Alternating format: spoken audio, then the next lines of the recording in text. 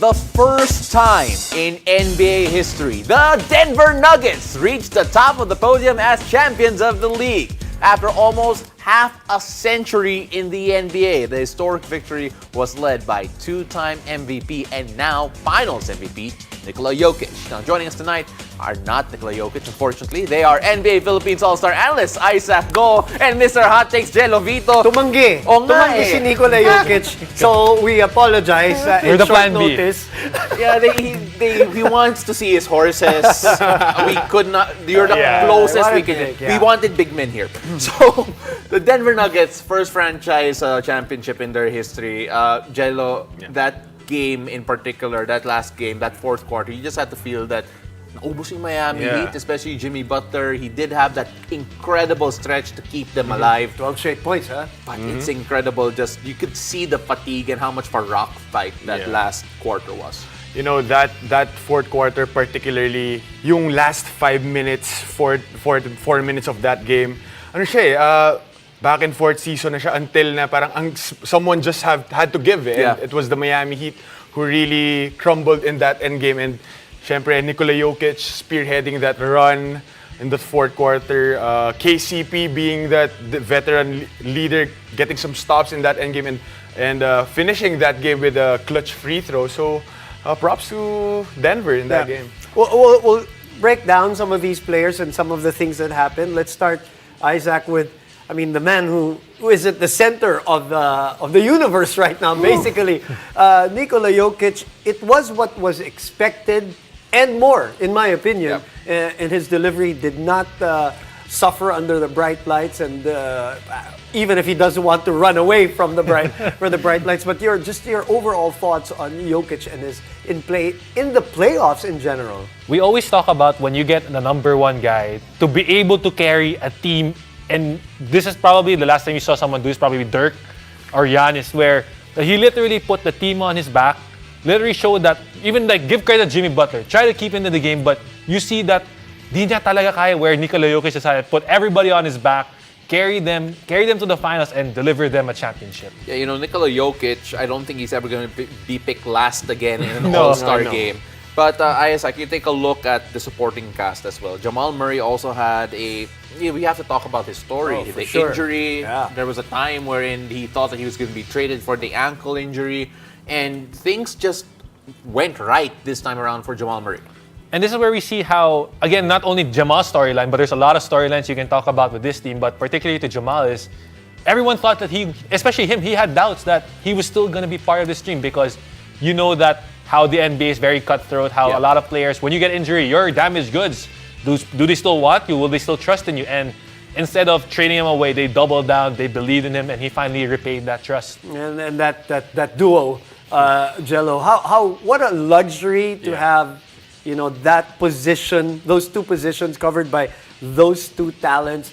And I thought that obviously the series swung in game number 3 and those historic triple doubles. Talk about the duo and the beautiful music that they play together. You know, watching them is like a symphony. Parang they complement each other. Parang when they run that screen and roll, una-una sa lahat, if you double Jamal Murray, Nikola Jokic should be free on that short roll. Yeah. If you switch, automatic it's already a mismatch, whether it's Jamal Murray, big on him, or Nikola Jokic with a guard on him. And hindi mo alam kung paano mo sila babantayan kasi ang daming pwedeng mangyari just those two guys. And isama mo pa yung tatlo that really complements the entire team. Deadly na talaga sila. Yeah, you know, Jello, you talked about, I remember one of your hot takes before this series was that Mike Malone will outcoach Eric Spoelstra. I still disagree that the outcoaching happened, by the way. But Michael Malone, you have to give him his credit. He is the second coach to win his first title in the 8th season or later in his career, the first being Pat Riley.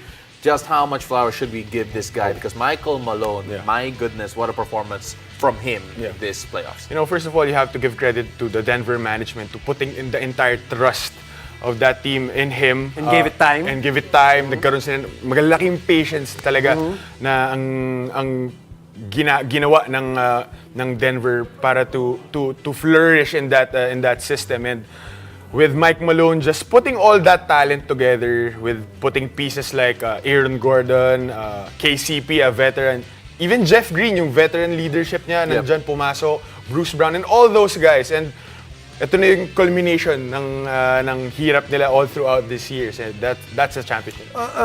Isaac, can you talk about Aaron Gordon? In the last game, that was big. The 27 points and the defense that he played on, a hobbling Jimmy Butler, it doesn't matter. But Jimmy really struggles with size and length anyway to begin with, even when he's healthy. So he became a great two-way player, and he introduced himself in this series to the world as a two-way player, Isaac. I think we always remember him being the guy who got snubbed in the slam dunk contest, where in his time in Orlando, like everyone, he being a 4th overall pick, he was a lottery pick, high expectations, but a lot of turnover, a lot of coaching change in Orlando, and I think there was a lot of doubt with him. But when he moved to the Denver, a lot more security, and he's given a chance to flourish in a system where they told him, you can be aggressive, you can take it back easy, but the defense, because not only against Jimmy Butler, but LeBron James, throughout their journey Great point. in the playoffs, he was guarding probably the toughest matchup in every series possible. Yeah. Kevin Durant Kevin also Durant, at all some of that. point. Yeah, Right. absolutely. And just one last thing on Aaron Gordon, because this is basically his revenge series against Dwayne Wade for Miami. that slam dunk. I'm sure he doesn't mind not being a slam dunk champion. he's He's had actually a a ring now. champion now. So, 100%. okay na rin. 100%. Okay na rin. So there are a lot of other guys that we can talk to because this Denver team was so incredibly deep. But Jello, not even you would guess that in 5 games mananalo ang Denver Nuggets. So what we take a look at the entire run here of the Denver Nuggets. What do you think their legacy would be, knowing that they won this in 5, they were dominant as they were, and how should we look at them going into next season? Should we see them still as title favorites? Yeah.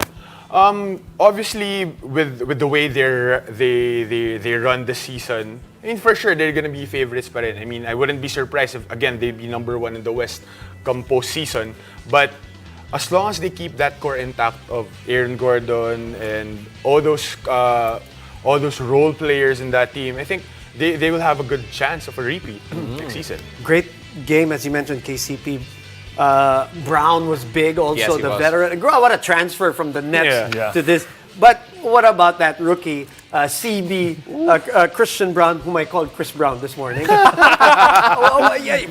Technically, tama pa rin. Yeah. Well, man, NCAA champion and now NBA champion. Isaac, you know how that feels, college and then pro. That's a great career.